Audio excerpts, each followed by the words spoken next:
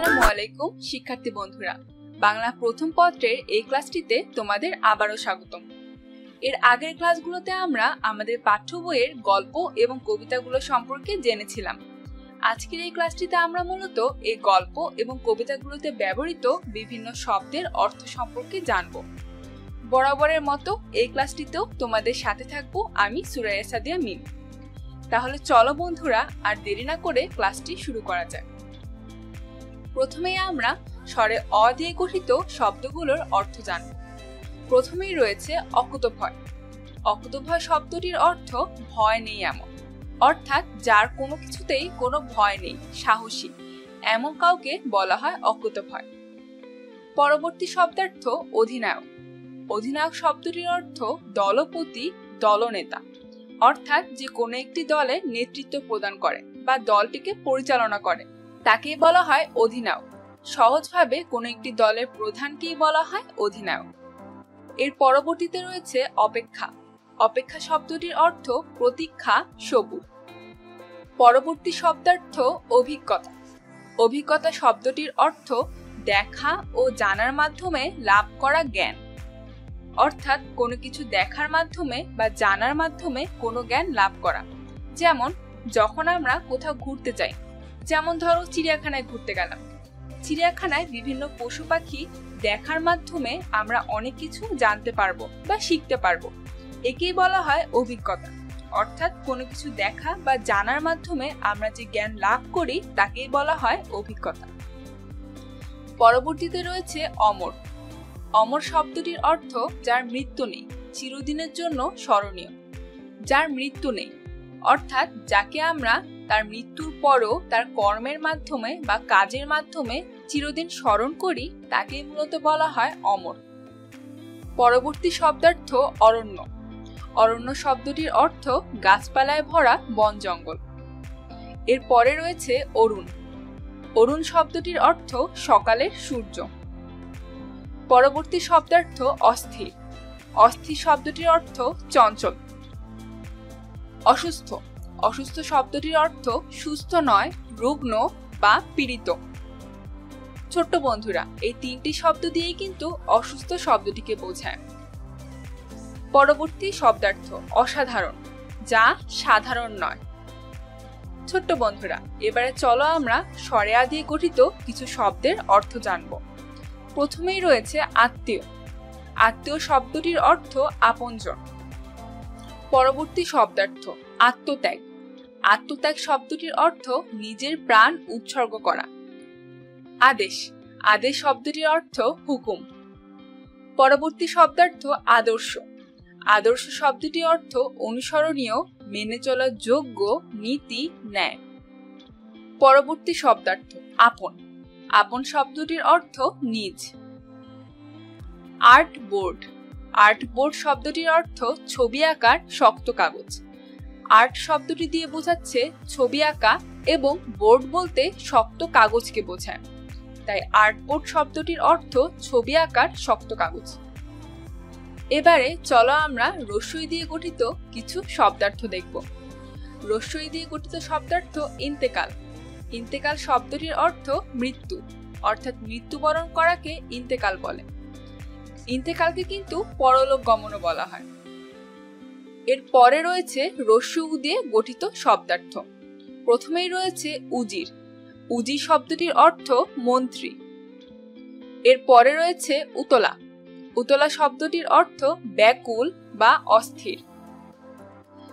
এবারে আমরা দীর্ঘ উ দিয়ে গঠিত শব্দার্থ দেখব।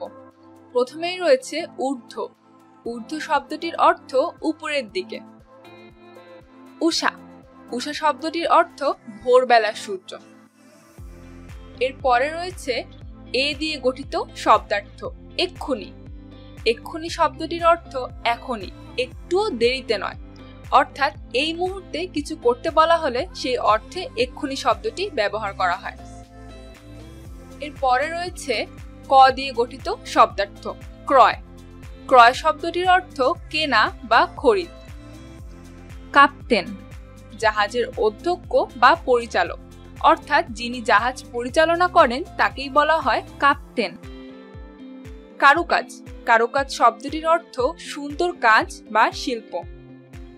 এর পরে রয়েছে কারখানা। কারখানা শব্দটির অর্থ যে স্থানে দ্রব্য সামগ্রী তৈরি হয়। কিরণ। কিরণ শব্দটির অর্থ আলো। কিশোর। কিশোর শব্দটির অর্থ 11 থেকে 15 বছর বয়সী ছেলে, অর্থাৎ যে ছেলেদের বয়স 11 থেকে 15 বছরের মাঝামাঝি তাদেরকেই মূলত কিশোর বলা হয়। এর পরে রয়েছে কঠিন। কঠিন শব্দটির অর্থ শক্ত। কবি। কবি শব্দটির অর্থ যিনি কবিতা লেখেন। কবে। কবে অর্থ কখন। কভু। কভু শব্দটির অর্থ কখনো। কল্যাণ। কল্যাণ শব্দটির অর্থ মঙ্গল। করি নেই, করা নেই শব্দটি দিয়ে বোঝায় টাকা পয়সা নেই। কুজো। কুজো শব্দটির অর্থ যার পিঠ বাঁকা ও ফোলা। কৃতদাস। কৃতদাস শব্দটির অর্থ কেনা গোলাম। ছোট্ট বন্ধুরা, এবারে আমরা খ দিয়ে গঠিত কিছু শব্দার্থ দেখব। প্রথমেই রয়েছে খাটা। খাটা শব্দটির অর্থ পরিশ্রম করা। খিদে শব্দটির অর্থ ক্ষুধা। খেয়াল। খেয়াল শব্দটির অর্থ ইচ্ছে। খলিফা। খলিফা শব্দটির অর্থ খেদমতকার, অর্থাৎ যে খেদমত করে তাকেই মূলত বলা হয় খলিফা। ক্ষুধার্ত। ক্ষুধার্ত শব্দটির অর্থ যার খিদে পেয়েছে। এবারে আমরা গ দিয়ে গঠিত শব্দার্থ জানব। প্রথমেই রয়েছে গুটি। গুটি শব্দটির অর্থ ছোট ছোট দানা বা গোলাকার বস্তু। গর্ব। গর্ব শব্দটির অর্থ অহংকার। গ্রীষ্ম। গ্রীষ্ম শব্দটির অর্থ গরমের কাল। মূলত গ্রীষ্ম একটি ঋতুর নাম।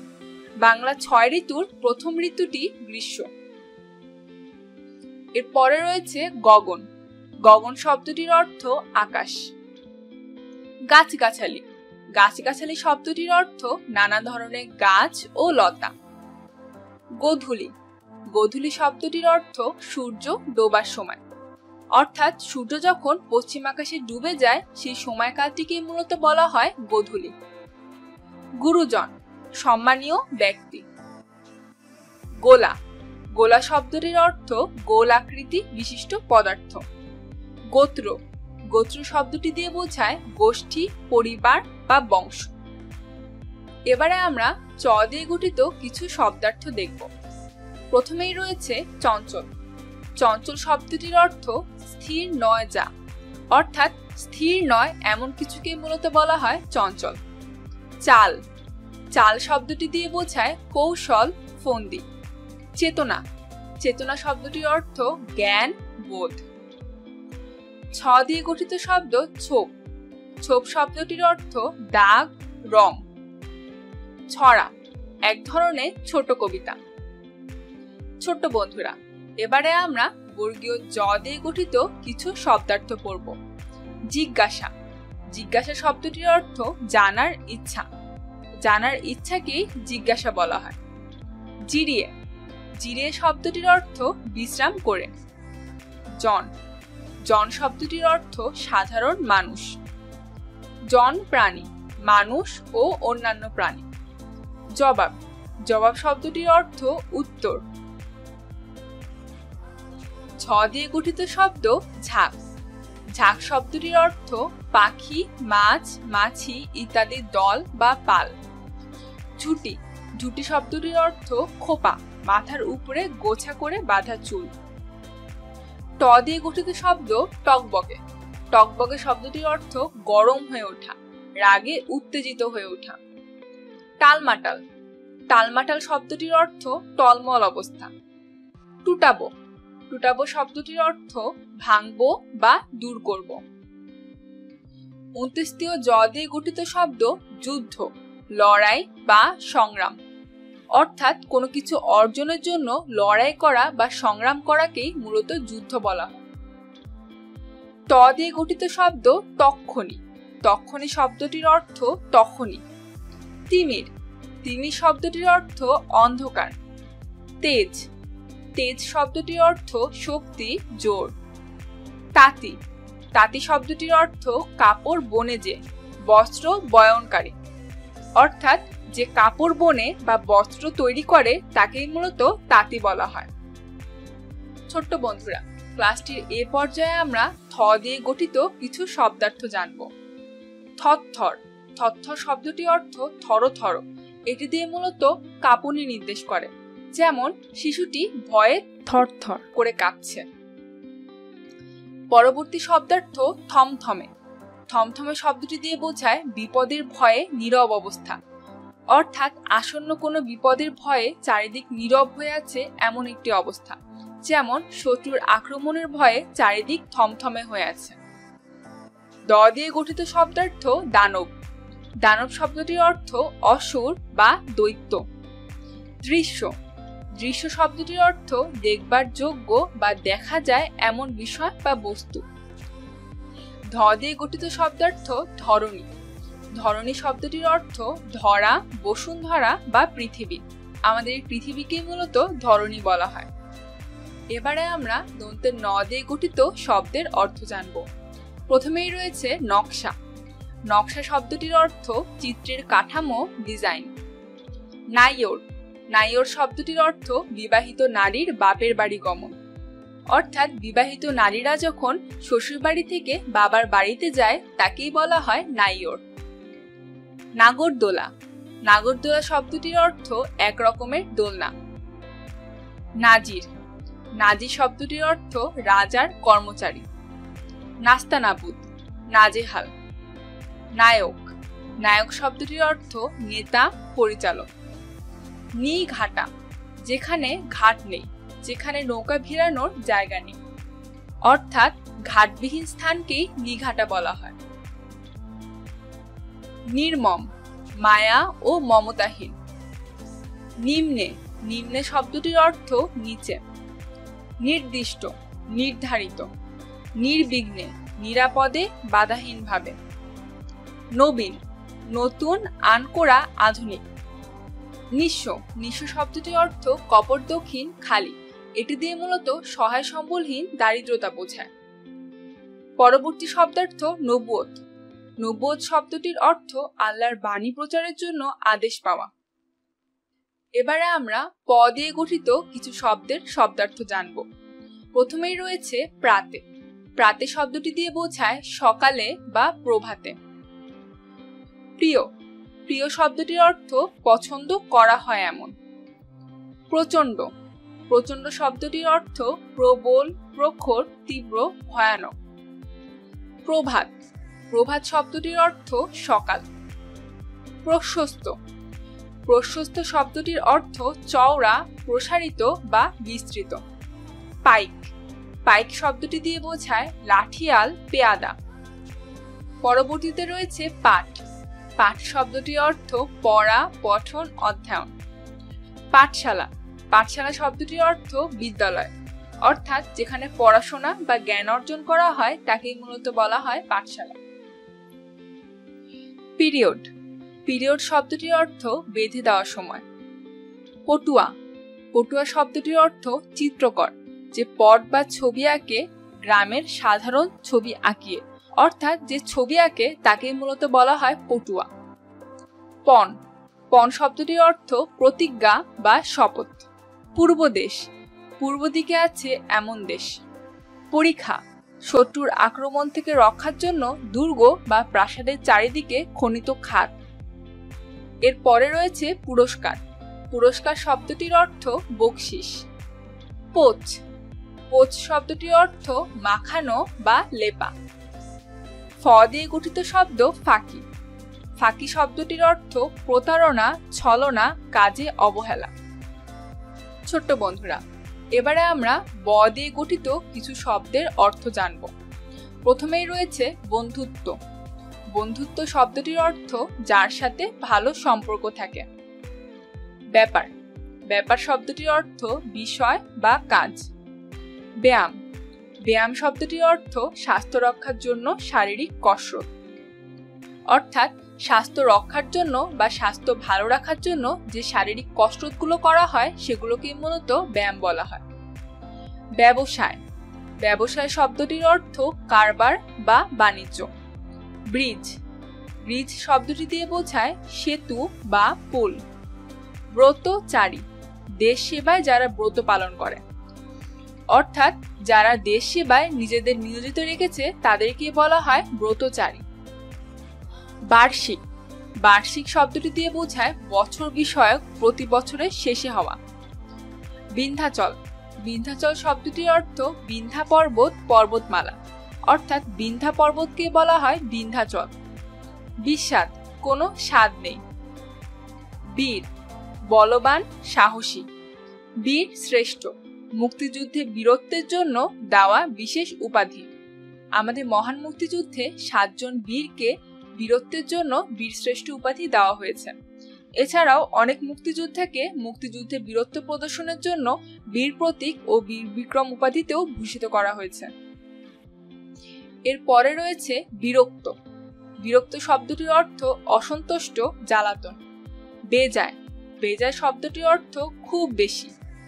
খুব বেশি বোঝাতে বেজায় শব্দটি ব্যবহার করা হয়, যেমন তার মন আজকে বেজায় খারাপ। বেপরোয়া, বেপরোয়া শব্দটির অর্থ ভয়হীন, কোনো বাধা নিষেধ মানে না এমন, অর্থাৎ যে কোনো কিছু পরোয়া করে না, কোনো বাধা নিষেধ মানে না, তাকেই মূলত বলা হয় বেপরোয়া। বোর্ড, বোর্ড শব্দটির অর্থ ফলক, রাস্তায় চলাচলের নিয়ম লেখা ফলক।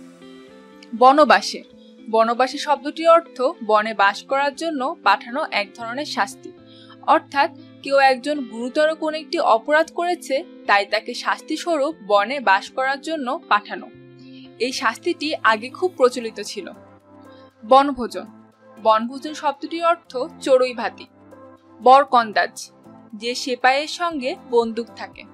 বল, শক্তি, সামর্থ্য বা ক্ষমতা। বংশ, কুল। বিস্তীর্ণ, বিস্তার, প্রসার। ছোট্ট বন্ধুরা, এবারে আমরা ভ দিয়ে গঠিত কিছু শব্দার্থ সম্পর্কে জানব। ভাষা শহীদ, বাংলা ভাষার জন্য যারা প্রাণ দিয়েছেন, অর্থাৎ যারা নিজের মাতৃভাষা রক্ষার জন্য শহীদ হয়েছেন তাদেরকে বলা হয় ভাষা শহীদ। ভূষিত, অলঙ্কৃত বা সজ্জিত।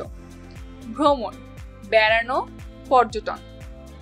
র দিয়ে গঠিত শব্দার্থ রক্ষক, রক্ষাকর্তা, ত্রাণকর্তা, অর্থাৎ যে রক্ষা করে তাকে মূলত বলা হয় রক্ষক। রাইফেল, বন্দুক, এক ধরনের হাতিয়ার। রাংতা, ধাতুর খুব পাতলা পাত। এবারে আমরা ম দিয়ে গঠিত কিছু শব্দার্থ দেখব। মুকুল, কুড়ি, আমের বউল, অর্থাৎ আম আসার আগে গাছে যে ছোট ছোট কুড়ি আসে সেগুলোকে মূলত বলা হয় মুকুল। মুকুল ফৌজ, শিশু কিশোর সংগঠনের নাম।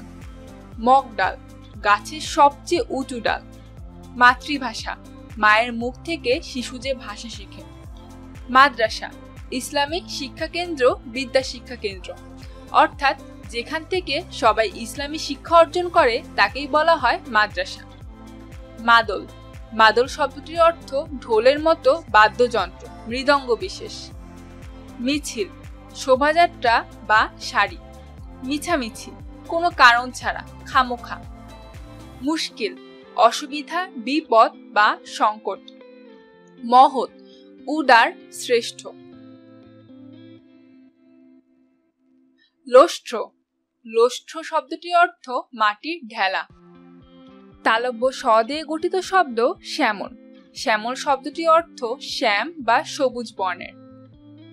শ্মশান, মৃতদেহ পোড়ানো স্থান, যে স্থানে মৃতদেহ পোড়ানো হয় তাকে বলা হয় শ্মশান। শখ, পছন্দ বা আগ্রহ। শত্রুতা, বিরোধিতা, বৈরিতা। শৈশব, ছোটবেলা বা শিশুকাল। শস্য, শস্য শব্দটির অর্থ ফসল। সংসার, সংসার শব্দটির অর্থ পরিবার, ঘরকন্যা। স্বাধীন, স্বাধীন শব্দটির অর্থ মুক্ত। স্বাধীনতা, বাধাহীনতা, মুক্তি। সংগঠন, কিছু লোক মিলে গড়ে তোলা দল। সরব, আওয়াজ, শব্দ করে। স্বাদ, ইচ্ছা, সুবক্তা, সুন্দর বক্তব্য দেন যিনি, অর্থাৎ যিনি সুন্দর করে বক্তব্য প্রদান করতে পারেন তাকে বলা হয় সুবক্তা। সামলিয়ে, এড়িয়ে। সেথা, সেখানে। সেনা শাসক, দেশের শাসক হিসেবে সেনাবাহিনীর কর্মকর্তা, অর্থাৎ যে সেনাবাহিনী কর্মকর্তা দেশ শাসন করে তাকেই বলা হয় সেনা শাসক। ছোট্ট বন্ধুরা, এবারে আমরা দন্তের স দিয়ে আরো কিছু শব্দার্থ জানব। সজীব, সজীব শব্দটির অর্থ সতেজ, জীবন্ত। সততা, সাধুতা। সমাহিত, কবরে শায়িত। সাটা, লাগানো, যুক্ত করা। সাহাবী, সাহাবী শব্দটির অর্থ সাথী। স্থির, অবিচল বা দৃঢ়। সতর্ক, সাবধান। হদে গঠিত শব্দ হইচই, সারা বা গোলমাল। হযরত মুহাম্মদ সাল্লাল্লাহু আলাইহি ওয়াসাল্লাম, নবীজি, নবী, মহানবী। হযরত মুহাম্মদ সাল্লাল্লাহু আলাইহি ওয়াসাল্লাম মুসলমানদের সর্বশেষ ও সর্বশ্রেষ্ঠ নবী ও রাসূল। হুকুম, হুকুম শব্দটির অর্থ আদেশ, অনুমতি বা আজ্ঞা, অর্থাৎ কোনো কিছু আদেশ করাকেই বলা হয় হুকুম। হাসির রেখা, হাসির চিহ্ন। হাসপাতাল, চিকিৎসালয়। যে স্থান থেকে আমরা চিকিৎসা গ্রহণ করি তাকেই বলা হয় হাসপাতাল বা চিকিৎসালয়। হেন, এরূপ বা এরকম। হেলা, হেলা শব্দটির অর্থ অবহেলা। হোঁচট, হোঁচট শব্দটির অর্থ চলার সময় পা আটকে যাওয়া। ছোট্ট বন্ধুরা, আশা করি শব্দার্থগুলো তোমরা বুঝতে পেরেছো। যদি তোমাদের কোনো শব্দার্থ নিয়ে কোনো প্রশ্ন থাকে তাহলে কিন্তু তোমরা কমেন্ট সেকশনে আমাকে জানাতে পারো। আমি চেষ্টা করব তোমাদের প্রশ্নগুলোর উত্তর দেওয়ার। আজকে তাহলে এ পর্যন্তই রইল। এতক্ষণ ধরে আমাদের সাথে থাকার জন্য তোমাদেরকে অসংখ্য ধন্যবাদ। দেখা হবে পরবর্তী কোনো ভিডিওতে। আশা করি সে পর্যন্ত তোমরা ভালো থাকবে, সুস্থ থাকবে। আল্লাহ হাফেজ।